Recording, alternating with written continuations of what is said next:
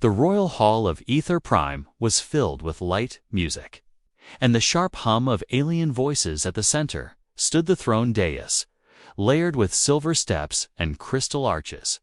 Around it gathered nobles of the empire, tall and elegant creatures, with glowing skin and eyes like molten fire.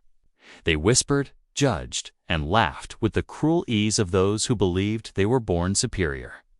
Tonight, court awaited entertainment, and entertainment, as it often meant in this palace, came at the expense of the weaker races under their rule.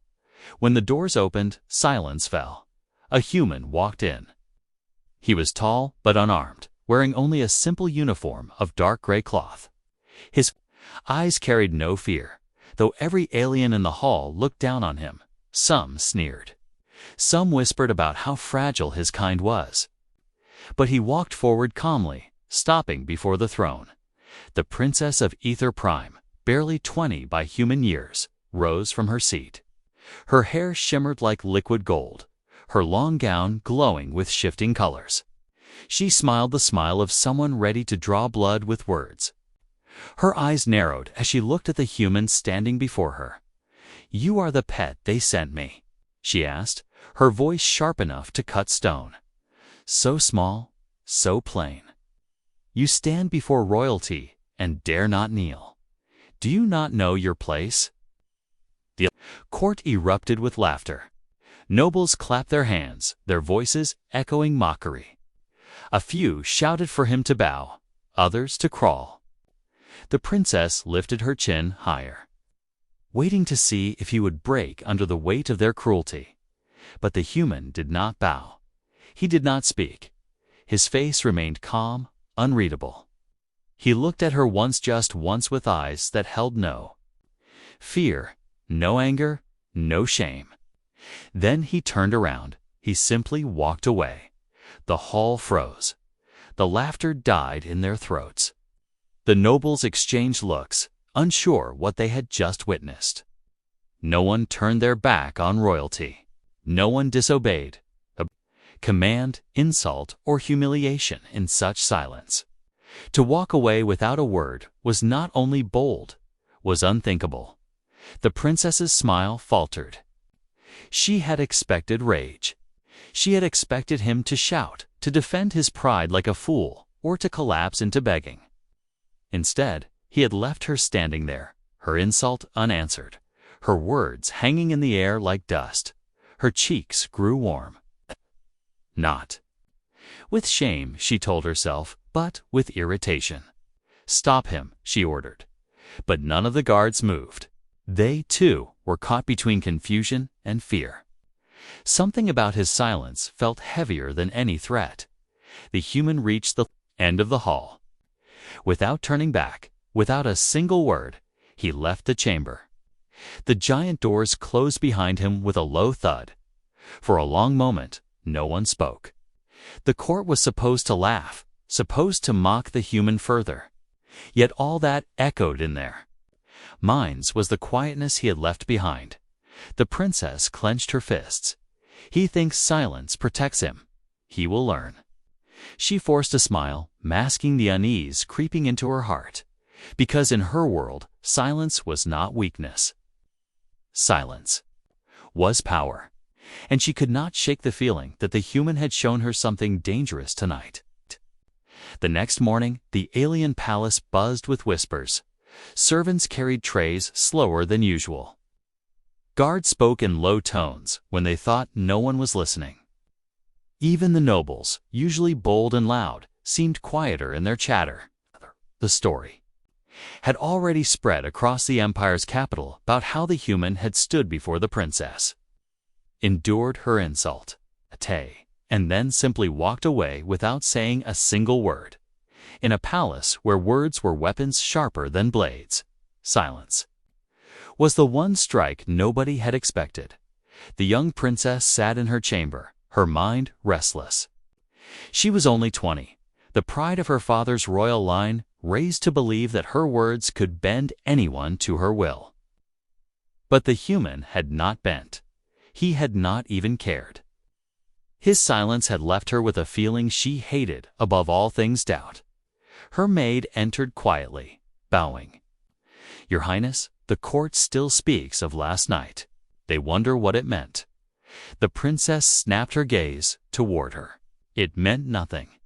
He is just a human, fragile, weak, unworthy of notice." But even as she said it, her chest tightened.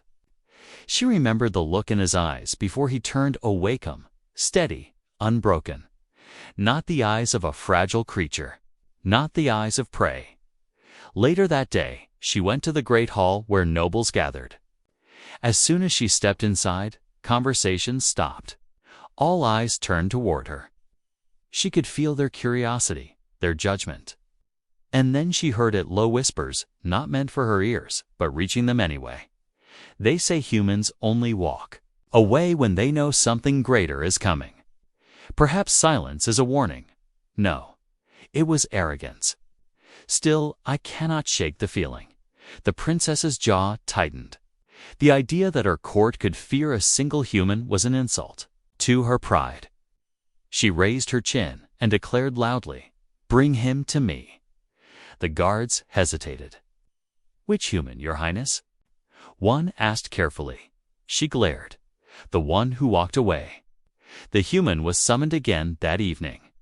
He entered the hall as calmly as before. No change in his stride, no flicker of emotion on his face. The nobles leaned forward in their seats, eager to see what the princess would do this time. Some smirked, hoping for his humiliation. Others remained quiet, still uneasy about his strange calmness. The princess stood tall, her golden gown flowing like fire. "You insulted me with your silence yesterday," she said, "and you dare return without fear. Tell me, why did you not speak?" The hall went still, awaiting for his answer, but the human said nothing. His silence stretched across the chamber like a storm cloud. The nobles shifted in their seats. Some coughed nervously, others whispered. The princess felt her anger rise. She wanted him to bow, to stammer, to break. But again, he did not. "You believe silence makes you strong." She pressed, "It does not. It makes you cowardly." Still, he gave no reply. His eyes met hers, steady, unshaken. And then, just like before, he turned and began to walk away. Gasps filled the room. Some nobles half rose from their chairs. The guards moved to block him, but the princess raised her hand. For reasons she did not understand. She wanted to see how far he would go this time, and he went all the way out of the hall. Leaving behind the weight of silence again, the nobles began whispering in panic. One of the older lords leaned close to the princess and murmured, "Your Highness, forgive me, but this is dangerous. His silence speaks of something hidden. The humans are not to be trusted." "Be quiet," she snapped, but his words sank into her heart like stones. That night, the princess could not sleep. She tossed in her bed, remembering his calm face. Every insult she had thrown at him should have shattered him. Yet he had walked away untouched. Why? At last, she rose and left her chamber, her steps carrying her through the quiet palace halls. She told no one where she was going. Curiosity, sharp as a blade, pushed her forward. She found him outside, in the palace courtyard. The human sat on a stone bench under the cold light of the twin moons, staring at the sky. He did not notice her at first, or perhaps he did, but chose not to react. His hands were still, his posture relaxed, but his silence was louder than any speech. The princess stepped forward. "You think ignoring me makes you powerful, but you will answer me now." The human turned his head slightly, meeting her gaze. He still said nothing.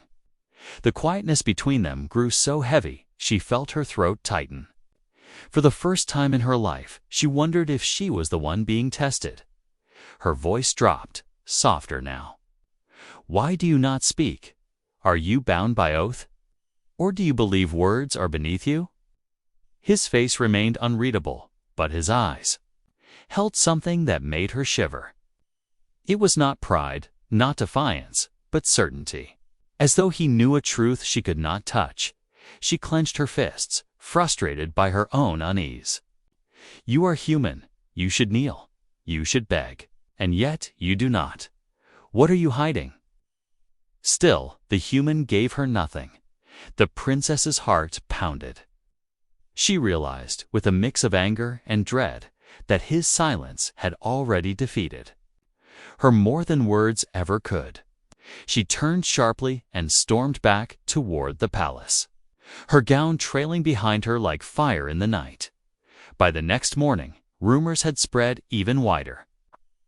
Some said the human silence was a form of defiance, a warning that humanity had plans the empire did not see. Others whispered that he was cursed, unable to speak but carrying power in his silence. Fear and curiosity mixed, spreading like wildfire. The royal council met that afternoon. The nobles argued over the human's presence. Some demanded his execution, saying he was dangerous. Others said killing him might bring wrath from his people.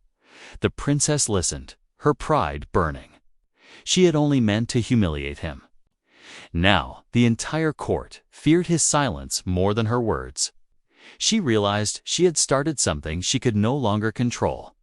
As the council raged, the doors opened again. The human stepped inside without being summoned. The guards froze too. Afraid to stop him, he walked into the middle of the chamber and stood silently. Looking at the princess, the room went dead quiet. The princess felt her throat dry. For the first time in her young reign, she did not know what to say. The weight of his silence pressed down on everyone, even the most arrogant nobles. It was as if his very refusal to speak was a mirror, showing them their own weakness. She finally whispered almost to herself, "Why does your silence feel louder than my voice?" The human gave no answer. He only turned once more and left, leaving the court trembling in the silence he carried with him. That night, as the princess lay awake, one thought haunted her more than all others. Perhaps the human was not weak at all. Perhaps silence was the greatest strength she had ever faced. The council chamber was restless, even after the human left. The nobles continued to argue, their voices sharp and filled with unease. Some wanted him banished at once. Others whispered that perhaps his silence was a form of strategy. The royal elders, old and cautious, warned that silence often came before storms. And the princess, sitting in her golden seat, said nothing. Her pride was still bruised, her curiosity still burning. She could not escape the thought that she had been defeated, not by a blade, not by a weapon, but by a man who had not spoken a single word. That night, she called her most trusted attendant, a soldier named Kareth. He had served her since childhood. Loyal and firm. "Find out everything about this human," she ordered. "Where he came from, why he is here, and why he dares to act as if he fears nothing." Kareth bowed. "Yes, my princess. But allow me to warn you, sometimes silence hides scars we are not ready to see." She waved him away, unwilling to hear his warning. The next day, the human was found in the palace's training grounds. He stood quietly while armored alien warriors sparred with each other, their blades flashing and their voices echoing with taunts. The nobles often trained loudly, boasting of every strike. Yet the human simply watched, his hands behind his back, calm as always. Some laughed at him, mocking his stillness. Others challenged him, eager to see him stumble. One young warrior shoved a practice spear into his chest and sneered, "Fight me, human. Or is silence the only weapon your kind carries?" The court burst into laughter. The princess, who had come to watch from the balcony, leaned forward with cold eyes. She wanted to see him broken, wanted her pride restored. But the human only looked at the warrior, then at the weapon. Slowly, he took the spear in his hands. His grip was steady, his posture unshaken. The laughter grew louder until he moved. His strike was faster than lightning.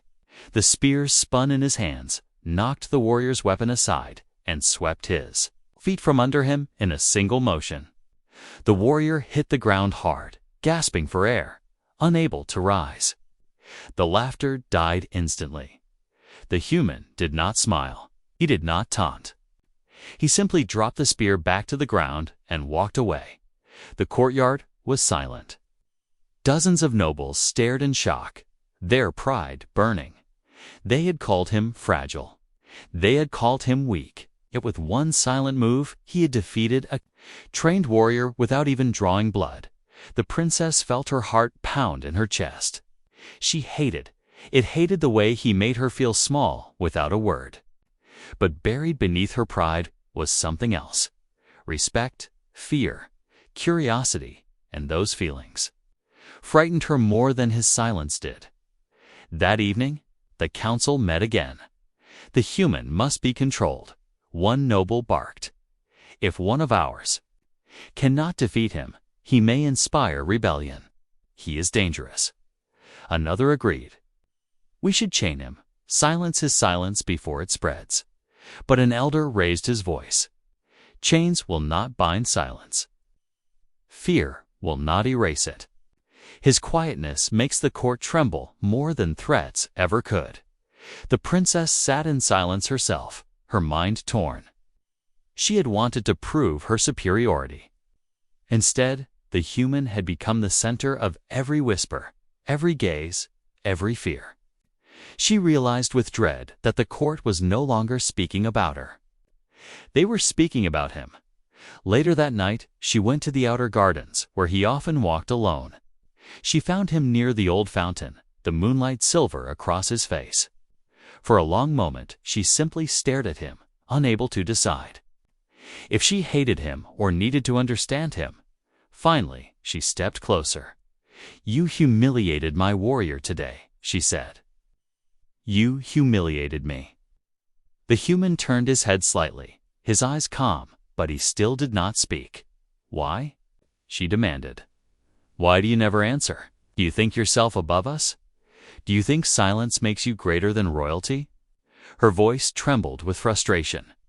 Yet when his gaze met hers, she felt as though she were the one being judged.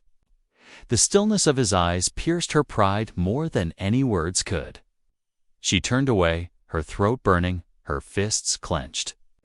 "I will make you speak," she whispered under her breath. "I swear it." The following day, she summoned him before the entire court once more. This time, she prepared a test. On the great day stood 3 warriors, champions of the palace. Each was larger and stronger than the human, their armor gleaming, their weapons sharp. The nobles gathered, eager for blood, eager to see silence finally broken. The princess rose. "You have mocked us with silence," she said, her voice sharp and strong. "Now you will prove yourself in battle. Face my champions. If you fall, your silence will be buried with you. If you win—" She paused, her pride aching. "Then perhaps your silence means more than we understand." The hall roared with approval. The nobles shouted, placing wagers. Some jeered at the human, certain of his defeat. Others sat quietly, remembering his calmness, uneasy about what was to come. The human stepped into the center of the arena. He carried no weapon. His eyes scanned the 3 warriors who surrounded him, blades ready. For a moment, time itself seemed to freeze. Then they attacked. The first warrior swung his sword with brute strength. The human sidestepped, grabbed his wrist, and twisted. The sword clattered to the floor, and the warrior cried out, falling to his knees. The second struck from behind. The human spun, using the fallen warrior's body as a shield, the blade cutting harmlessly across armor instead of flesh. In one fluid motion, he shoved both men aside. The third came forward with a spear, thrusting fast and hard. The human caught the shaft mid-strike, wrenched it free, and snapped it across his knee. The broken halves fell to the floor like thunder. The hall gasped. 3 champions lay defeated, The human stood untouched, his chest rising slowly, his silence. Heavier than ever, the princess's lips parted, but no words came. She realized she was trembling. The court, too, sat in stunned silence. For once, no one dared mock him. No one dared laugh. Even the most arrogant nobles kept their mouths shut. The human looked at the princess, his gaze steady, and, like always, he turned and walked away. The silence he left behind was unbearable. That night, the princess sat alone in her chamber, her thoughts racing. She had believed silence was weakness. Now she was beginning to believe it was something else entirely. Something she could not control, something that frightened even her powerful empire. She clenched her fists, whispering to herself, "He will speak. He must. I will not rest until I hear his voice." But deep down, another thought whispered in. Her heart one she could not admit out loud. Perhaps silence was not his weakness. Perhaps it was her own. The palace had never been so quiet. After the human defeated the three champions, the royal court could not laugh anymore. Nobles who once mocked him now avoided his eyes. Guards who once sneered at him now lowered their heads when he walked past. Even servants whispered in awe. The man who had not spoken a single word now carried the weight of every conversation, every rumor, every fear. His silence had turned into a storm the empire could not control. The young princess sat on her throne, her hands gripping the armrests. She tried to ignore the gnawing feeling in her chest, but it would not leave. For years, she had been told that her words were power, that her voice could command anyone. Yet she had been defeated by silence by a human she had meant to humiliate. At last, she could bear it no longer. She summoned him to her private chamber. No audience, no nobles, no council, only her and him. When the human entered, he bowed his head slightly, but not too low. His calm eyes met hers, and once again she felt the weight of them pressing against her pride. She dismissed her attendants, leaving them alone in the golden room, the air heavy with unspoken tension. "You confuse me?" she admitted, her voice sharper than she meant. "You defeat warriors, yet seek no praise. You turn your back on me, yet you are not punished. You remain silent, and the court trembles more than when I shout. Who are you, human?" He said nothing. Her jaw tightened. She rose and stepped closer, the jewels of her gown glinting in the light. "Do you enjoy this game? Do you think silence makes you my equal? You are not. You are a subject, a fragile creature, a guest at best." And yet her voice cracked slightly. "And yet I cannot. Stop thinking of your silence." Still, he gave no reply. She spun away from him, her heart pounding, ashamed of the heat on her cheeks. "If you will not answer, then I will make you. Tomorrow, before the entire court, you will face a trial, unlike before, and if you still remain silent, then your silence will be your doom." The next day, the trial began. The nobles crowded into the great hall. This time, the challenge was not a duel, but something greater. The trial of the forge. It was a brutal test designed to prove strength, endurance, and loyalty to the empire. Even alien warriors trained from childhood struggled to survive it. Many failed. Some never returned. The human stepped into the forge chamber, a massive arena filled with shifting stone platforms, mechanical beasts, and trials of fire. The walls trembled as the test began. The nobles leaned forward eagerly, certain that this time the human would fall, but he did not. A giant machine beast charged at him, its steel claws sharp enough to tear stone. The human moved with calm precision, dodging its strikes, finding its weakness. With nothing but his bare hands, he tore a plate from its armor and used it as a shield until the machine fell, sparking and broken. Flames erupted across the platforms. He leaped across them with steady steps, his movements sharp and measured. He did not rush, did not panic. Every move was calculated, every breath controlled. When a platform crumbled beneath his feet, he grabbed the edge with one hand and pulled himself up with strength no one expected from a fragile human. The court was silent. Not even the princess spoke.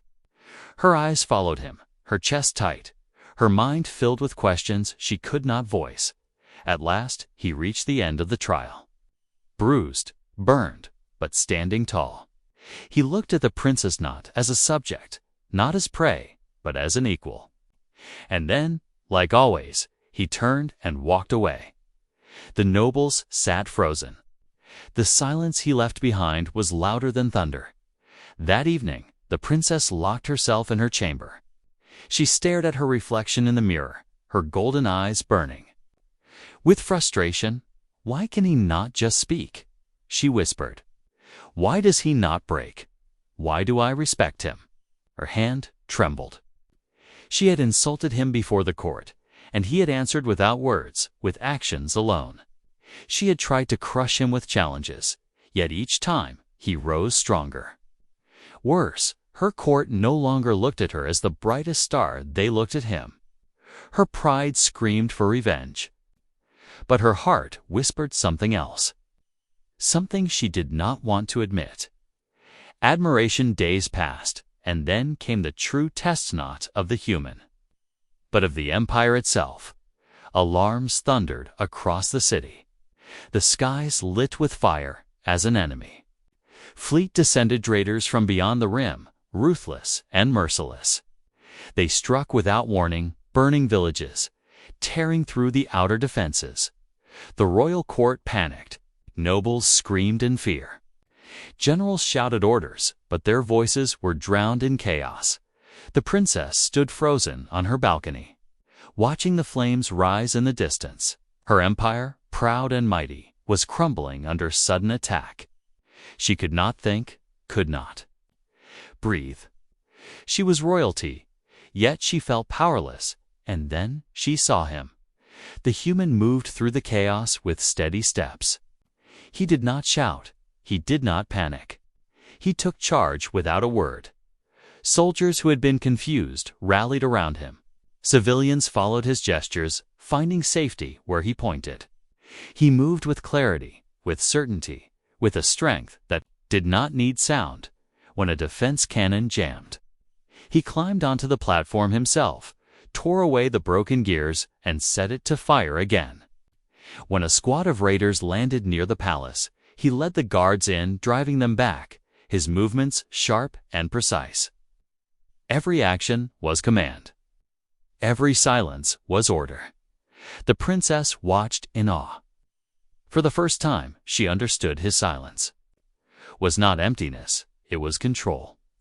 Where her words sowed fear and pride, his silence brought unity and courage. Without speaking a single word, he did what she, with all her royal training, could not. He gave her people hope. By nightfall, the first wave of raiders was beaten back. Fires still burned, but the palace still stood. The court gathered, shaken and pale. Many nobles whispered that without the human, the city would have fallen. Others simply sat in silence, unwilling to admit what they had seen, but unable to deny it.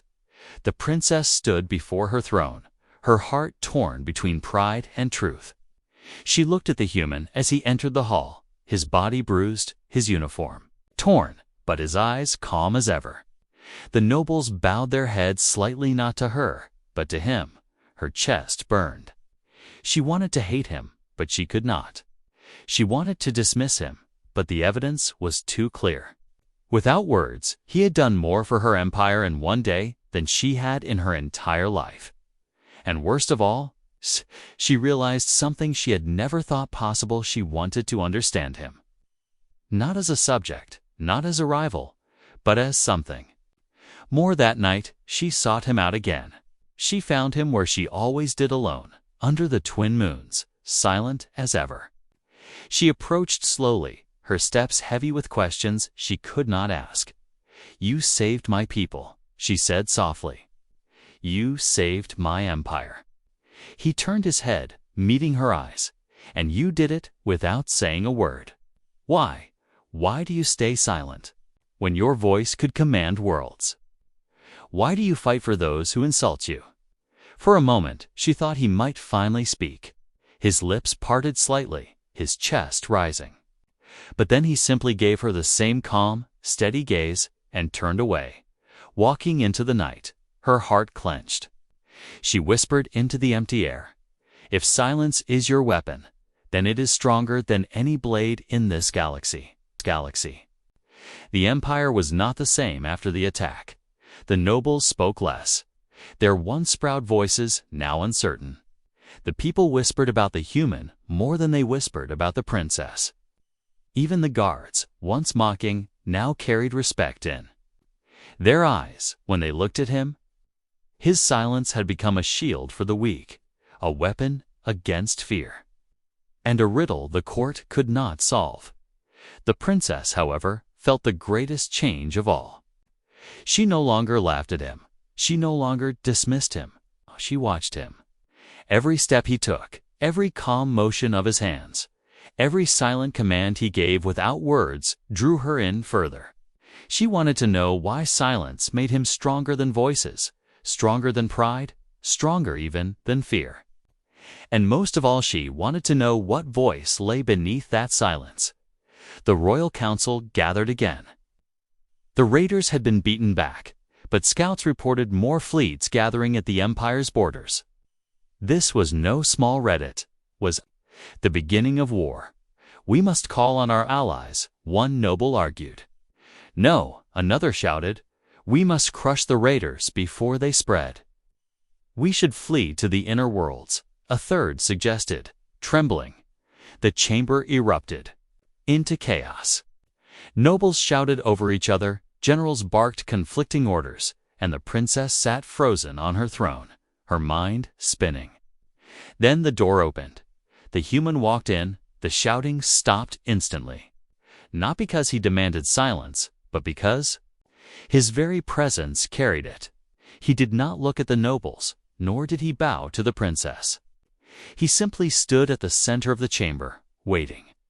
The generals exchanged uneasy glances. The princess felt her pulse quicken. Without words, he was already in control. And then he moved. With steady hands, he pointed to the war map, glowing. In the chamber, he touched the outer border where the raider fleets gathered. Then he moved his hand inward, drawing an invisible line toward the capital. Finally, he pointed back at the nobles. They understood. He had warned them before silence, before storms.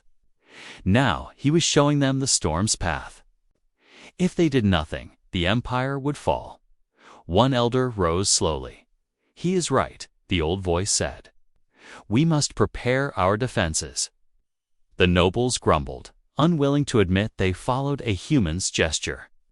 But none could deny the truth. Of what they saw for the first time, the princess herself stood and spoke in support of him. "Prepare the fleets, gather the soldiers, do as he commands." The nobles fell silent, shocked. Some whispered in disbelief. The princess felt her cheeks burn, but did not back down. She could not ignore what she had seen. He had saved her city. Now he might save her empire. That night, she sought him out again. She found him on the training grounds, tending to a damaged weapon. His hands moved with skill, his focus unbroken. She approached slowly, her golden gown trailing across the stone floor. "You guide my people without speaking," she said softly. "You move my armies with your silence, but I cannot follow a shadow forever. I must know who you are." He lifted his eyes to hers, calm, steady, unreadable. Still no words.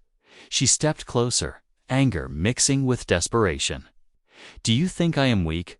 Do you think I cannot handle your voice? Or do you believe silence makes you untouchable?" For the first time, he moved differently. He set the weapon down and stood. His height, his steady presence, his eyes like steel made her feel smaller than she ever had, yet strangely safe. She realized she was trembling not from fear, but from the weight of waiting. "Please," she whispered. "Just one word. Just tell me why." But he said nothing. He only turned and walked away, leaving her heart beating wildly in the quiet night. Days later, the raiders returned. This time, their fleet was larger. They struck at the Empire's borders with brutal force, burning colonies, enslaving civilians, destroying outposts. The generals panicked again, shouting orders that clashed, sending soldiers into chaos. The nobles demanded retreats, safe walls, and thicker shields. Fear spread faster than the fire in the sky, but the human did not panic. He stood in the command chamber, watching the battle map. When the fleets clashed, he pointed to weak points. When ships fell, he signaled for reinforcements in silence. When soldiers faltered, he stepped onto the field himself, calm and fearless, his presence steadying all who saw him. The princess joined him, standing at his side. Her voice echoed his silence. She shouted orders, but her strength came from the way he stood unbroken beside her. The soldiers listened, not because of her crown, but because of the human's calmness. Together, they began to turn the tide. The battle raged for days. The Empire held, but only barely. When the last wave of raiders fell, the capital shook with exhaustion. Smoke hung in the air, the stench of war clinging to the streets. The nobles praised themselves loudly, boasting of their clever strategies, their brave orders. But the people knew the truth. The soldiers knew the truth. It had been the human silence, his unyielding calm, that carried them through. And so did the princess, that night. She found him again, this time at the edge of the ruined courtyard. Fires still smoldered in the distance. She stood behind him, her heart racing. "You saved us again. You saved me. But still, you do not speak. Why? What are you hiding behind silence?" He turned to her, his face shadowed in the firelight. His eyes held hers for a long moment. She thought she swore he was about to answer. His lips parted, his chest rose with breath, and she leaned forward, waiting for the sound she had longed for since the first insult in the throne room. But then he closed his mouth, shook his head once, and walked past her into the night. The princess stood frozen, her throat burning with frustration, her heart aching with confusion. She whispered to herself, "Why does your silence feel louder than my voice?" The next morning, new rumors spread through the palace. Some nobles claimed the human silence meant he was a spy, hiding secrets too dangerous to reveal. Others swore it meant humans knew truths the Empire could not handle. Fear began to poison their pride. The princess called another council. She stood tall, her voice stronger than before, though her heart was uncertain. "Enough," she declared. "This human is not a threat. He is our strength. We will follow him into battle again, whether he speaks or not." The chamber erupted. In outrage, "Follow a human," one noble spat. "He is not even of royal blood." Another shouted, "Silence is not leadership." The princess slammed her hand on the table. "You are wrong. His silence is more powerful than all of your words combined." The hall froze. For a moment, even she could not believe she had said it. But it was true. She knew it. They all knew it. Silence had saved them, not their voices. And still she longed to hear his words, that night. Alone in her chamber, she whispered to herself, "If you will not speak, then I will find the truth myself. Even if I must tear down every wall of pride. In this empire, even if it means losing my crown." Her reflection stared back at her, eyes burning with determination. For the first time, the princess did not look like the ruler of a proud empire. She looked like a woman chasing a truth she could no longer ignore. Dawn rose cold and pale across the Empire's sky as the Armada arrived like a moving night, blotting out the stars with iron and fire. War drums thundered from the enemy ships. The raiders flew in layered wedges, their heavy cruisers shielding. Smaller craft, their carriers casting shadows over cities and plains. Inside the palace command hall, nobles trembled, generals paced, and the princess stood tall with a fast-beating heart. Beside her stood the silent human, calm as a mountain, steady as the horizon. He lifted his hand to the star map.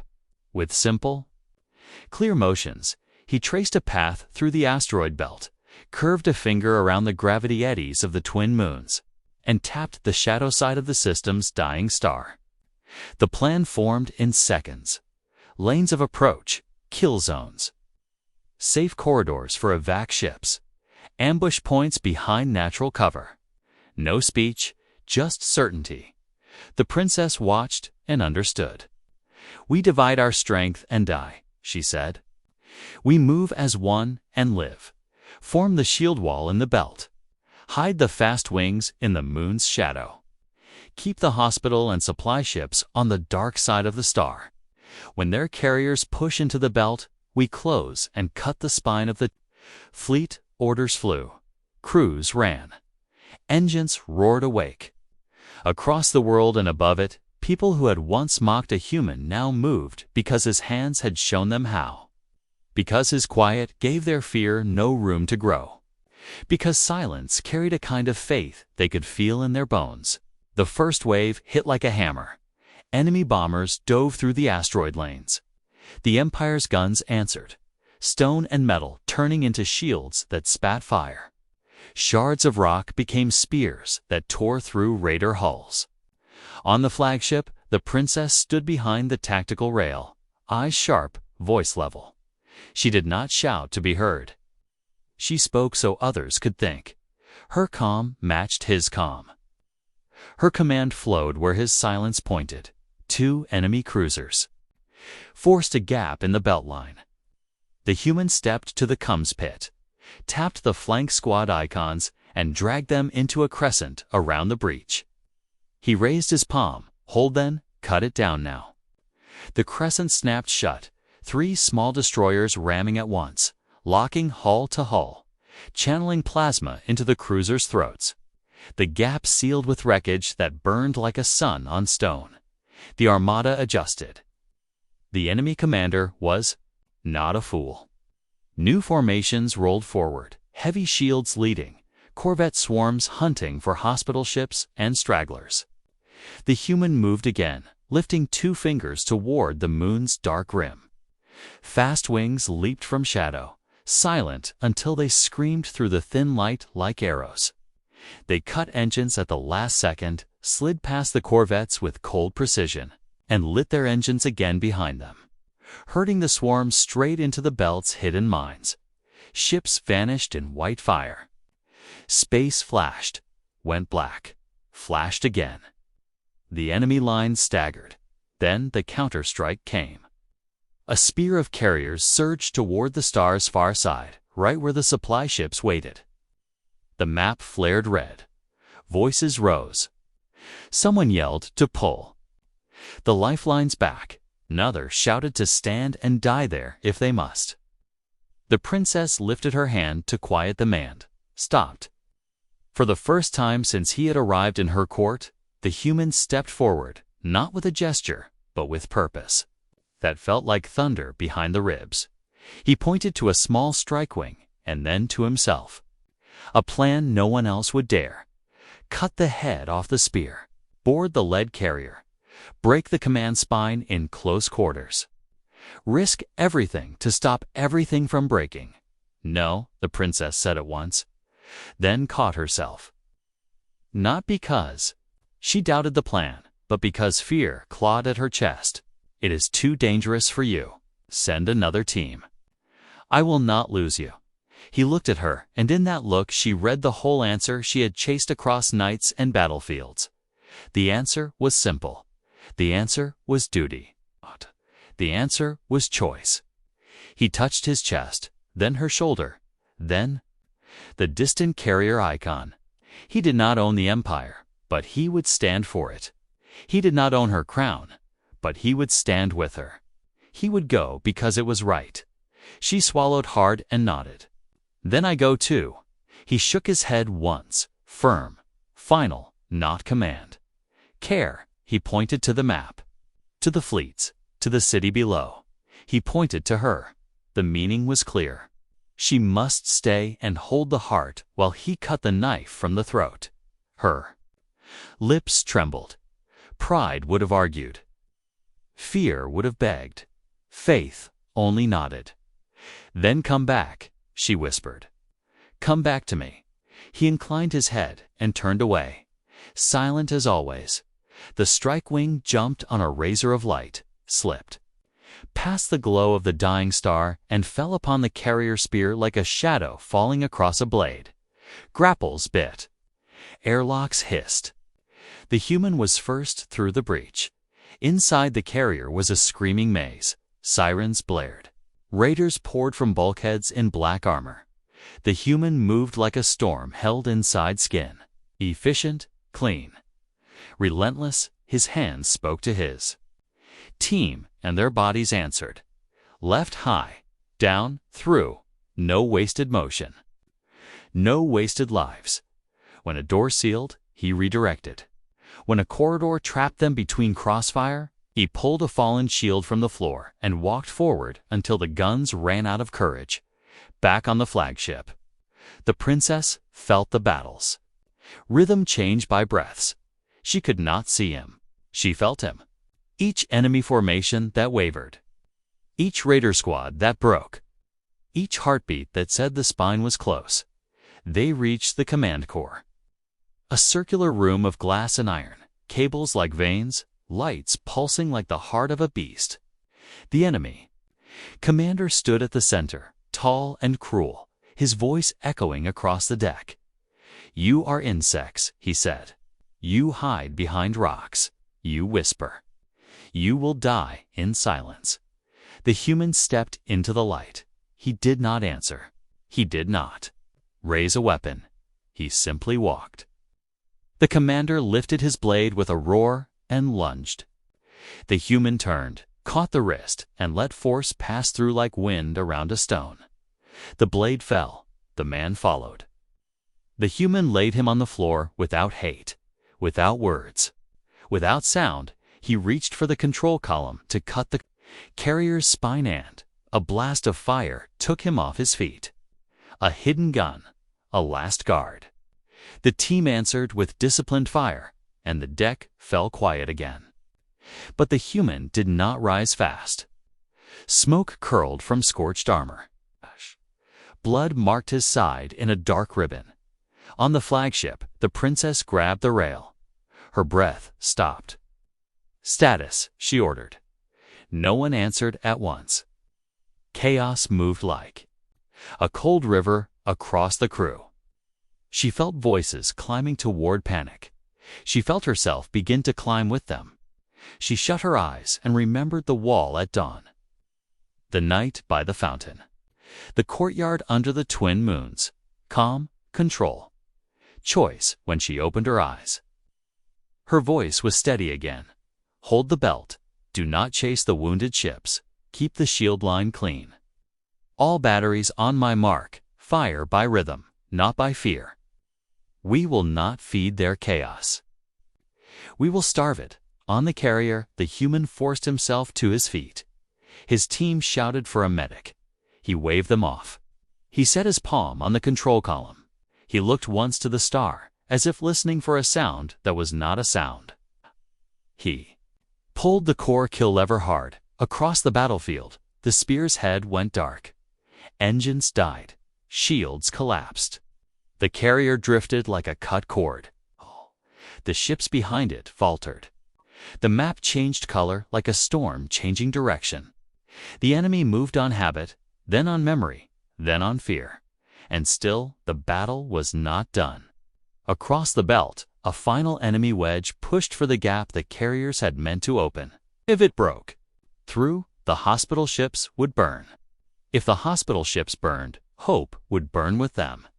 The princess saw it. She saw her fleets straining to hold, their lines bending but not breaking.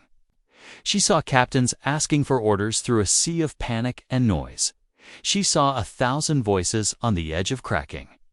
She looked at the empty space by her side where his silence usually stood. She looked at the cum spine and felt the truth settle in her chest like a steady hand. She stepped forward. She placed both palms on the rail, leaned into the microphone that touched every ship, every pilot, every frightened heart. Her mouth opened. No sound came out. She closed it. She let the room breathe. She let the map breathe. She let herself breathe. Then, for the first time since she met him, the princess chose silence as a command.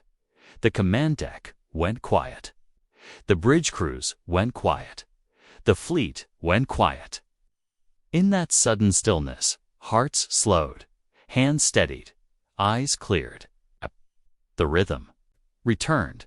Only then did a voice break the hush, low and strong, carried through every channel by a medic on the carrier who did not know what miracle he was sending.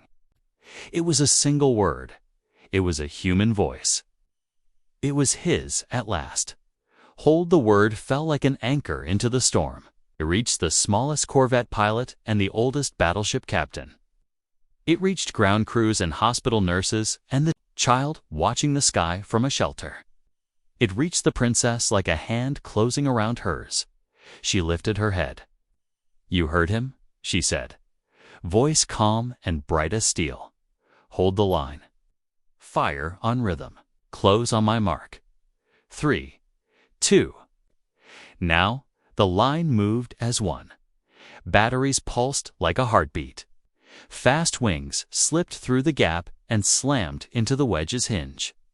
Destroyers locked shields and shoved like wrestlers on stone. The wedge shattered across the belt's teeth. The last charge died under controlled fire, not rage. Under discipline, not fear. Under one word that carried more than 1,000 speeches. When the enemy broke, they broke all at once. Ships turned and ran for cracks that did not exist.